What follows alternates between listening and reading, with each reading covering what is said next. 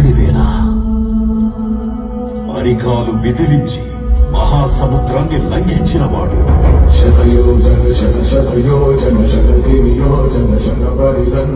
రాక్షస సైన్యాన్ని మట్టుబెట్టి రావణుడి సింహాసనాన్ని కంపించినవాడు.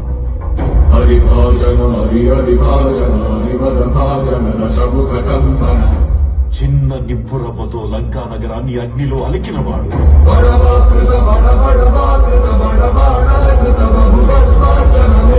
త్రేతాయుగంలో రాముడి నీడయ్యాడు.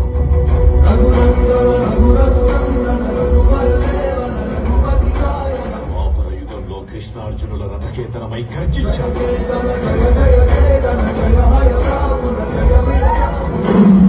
యుగంలో ధర్మం కోసం పోరాడే ప్రతి ఒక్కరి వెంట ఉన్నాడు.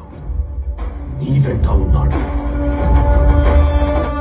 ధర్మ నిర్మాణ కోరిన ధర్మ కూడ దుర్జయ సమమౌనని చాటిన నాటి పురాణ ప్రబోధం జనగురుగా